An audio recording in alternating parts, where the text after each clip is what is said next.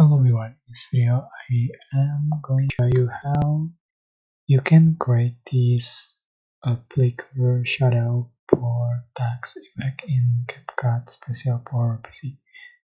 Alright, for example, I am going to select black screen,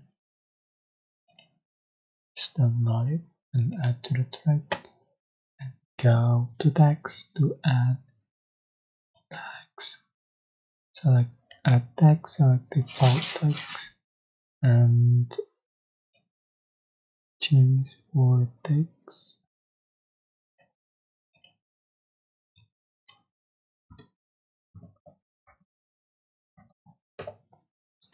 So you can change for the font style and on color,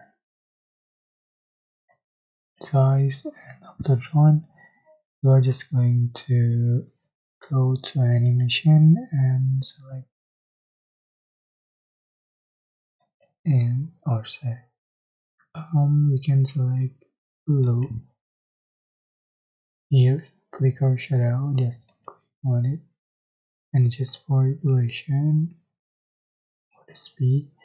But this is Pro effect. You have to join Pro first to be able to use this effect. So this is the final effect you have on your video.